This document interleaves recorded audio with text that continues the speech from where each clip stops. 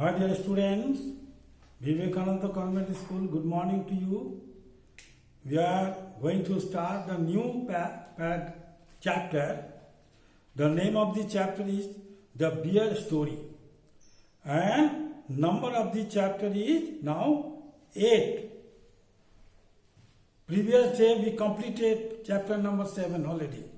And last day also we have provided you the question answer and all the working with the text, working with the language, all the working out matter in the notebooks that already आपको भेज दिया गया है. पिछले सब chapter 7वां का जितने भी working with the text and working with the language, अर्थात उसमें जो वर्किंग विद द टेक्स्ट के जो टाइटल पर हेडिंग पर जो प्रश्न है उनके उत्तर और प्रश्न दोनों, और वर्किंग विथ लैंग्वेज में भी जो प्रश्न है उनके प्रश्न और उत्तर दोनों साथ ही साथ आपको कॉपी में भेज दिया गया है. उसके बावजूद प्रॉब्लम होए तो आप अपनी किताब देखकर उसे मिला करके पढ़ें और उसको लिखें नियमित रूप से. प्रश्नोत्तर के साथ साथ प्रश्न के साथ साथ उत्तर भी भेजा गया है, उसको आप लिखें. वोकेबुलरी भेज दिया गया है, उसे आप याद करें. अब नया चैप्टर हम चालू कर रहे हैं, उसका नाम है दी बियर स्टोरी. क्या नाम है? Beer story. बियर स्टोरी, भालू की कहानी. बियर मीन्स भालू, भालू की कहानी. और चैप्टर नंबर है 8. तो before we start the reading the paragraph chapter 8 का पैराग्राफ पढ़ने के पहले इसके हेडलाइन को पहले पढ़ लेंगे.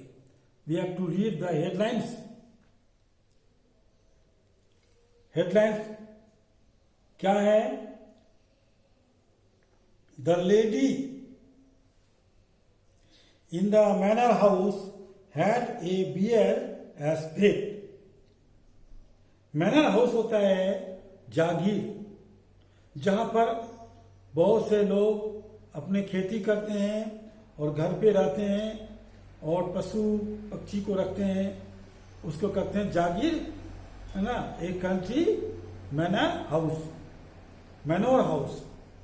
तो वो जो महिला है मैनर हाउस में अपने पालतू पशुओं को रखती थी. It was a most friendly bear. और उसमें से जो पालतू उनका जो पशु था उसका वह है भालू. Who loved vegetables, apples and honey. उस भालू को, है ना, सब्जी और सेब और मधु पसंद था.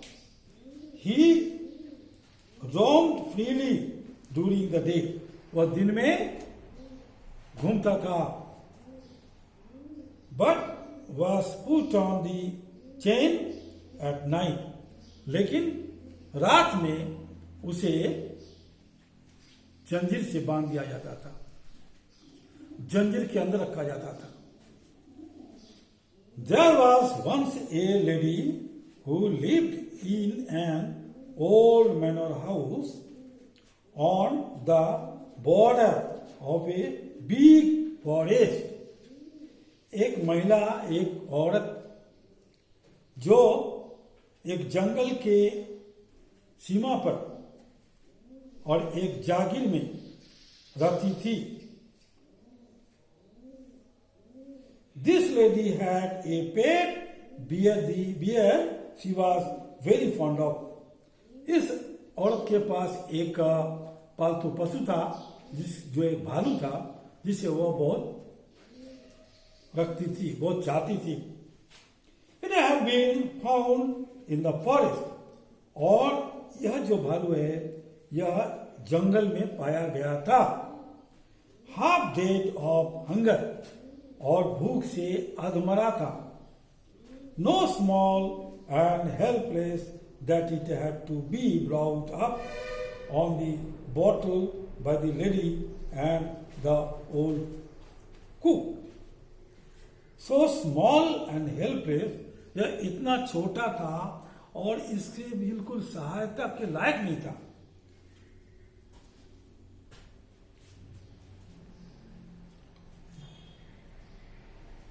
That it had to be brought up, और इसको पालन पोषण करके बड़ा किया गया। कैसे? उस लेडी ने अपने बोतल ला करके उसमें दूध ला के इसको दूध पिलाया, और पुराने जो उसकी एक रसोईया थे उसने भी उसका मदद की।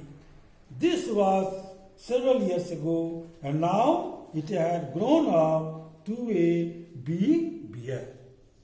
This was several years ago. यह कई वर्ष पहले की बात है। Many years ago, lot of years ago, this was that was the position of the bear. Now it had grown up. अब ये बड़ा हो गया। Grown up, बड़ा हो जाना। टू ए बिग बियर, और एक बड़ा भालू के रूप में अब ये हो गया। सो बी एंड स्ट्रॉन्ग, इतना बड़ा और इतना मजबूत कि that he could have slain a cow.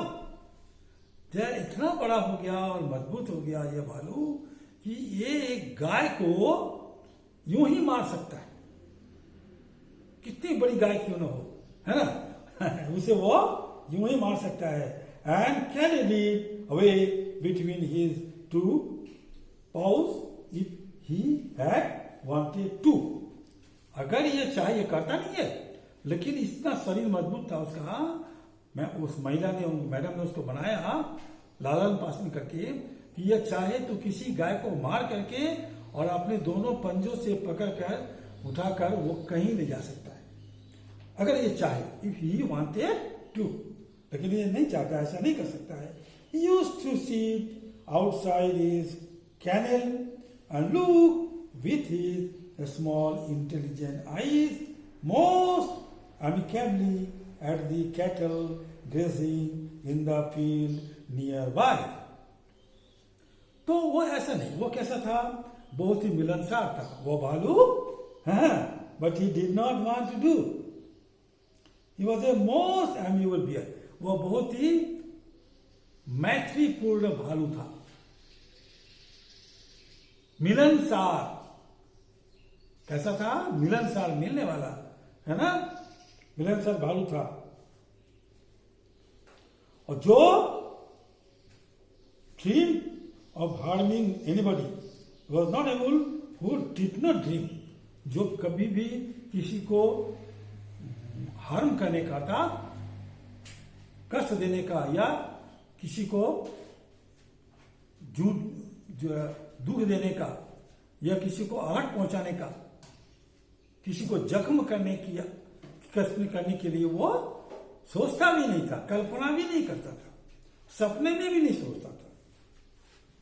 वो अपने जो रहने की जगह है ना उस जगह में रहता था, और अपनी आंखों से, अपनी बुद्धिमानी आंखों से अपने सामने जो और पशु थे उनको देखता था, और बड़े मित्रवत रूप से देखता था, हैं, जो उसके घर के सामने या उसके पिंजरे के सामने जो पशु रहते थे उनको देखता था, बड़ी, है ना, दोस्ती के रूप में, है ना।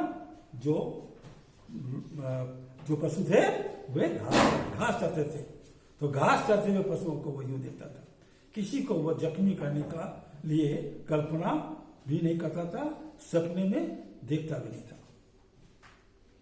He used to sit outside his kennel and look with his small intelligent eyes most amicably at the cattle grazing in the field nearby. Grazing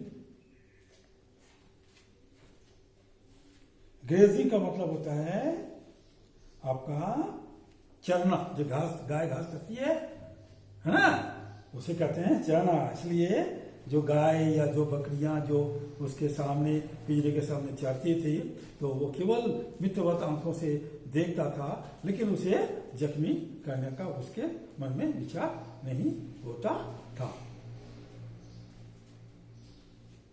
और आज यहीं तक हमने अपना पढ़ाया, हिंदी अनुवाद किया। दूसरे दिन इसके बाद से पढ़ेंगे। हाँ, That's all for today. We ended the paragraph reading. Now we are attracting your attention towards the blackboard. Look on the blackboard.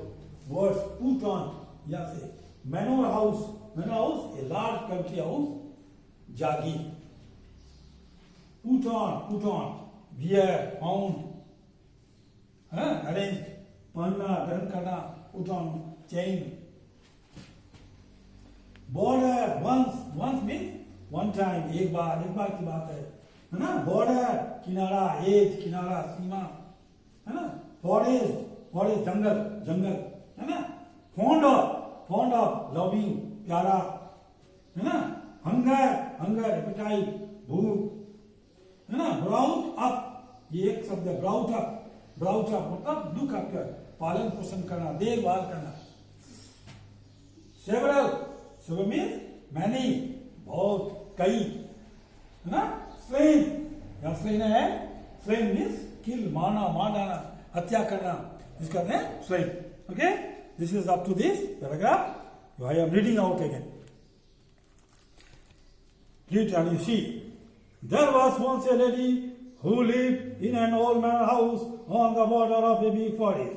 This lady had a pale bear she was very fond of. It had been found in the forest, half dead of hunger, so small and helpless that it had to be brought up on the bottle by the lady and old cook. This was several years ago, and now it had grown up to a big bear, so big and so strong that he could have slain a cow and carried it away between his two paws if he had wanted to. But he did not want to.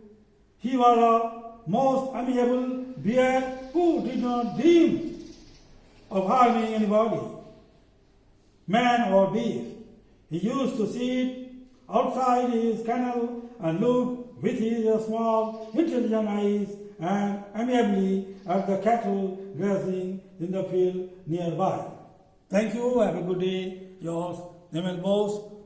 Get on with the studies and prepare your homework and learn the reading carefully, because this book only helps you to learn how to read out the book speedily, fluently. Okay? Best of luck. Thank you.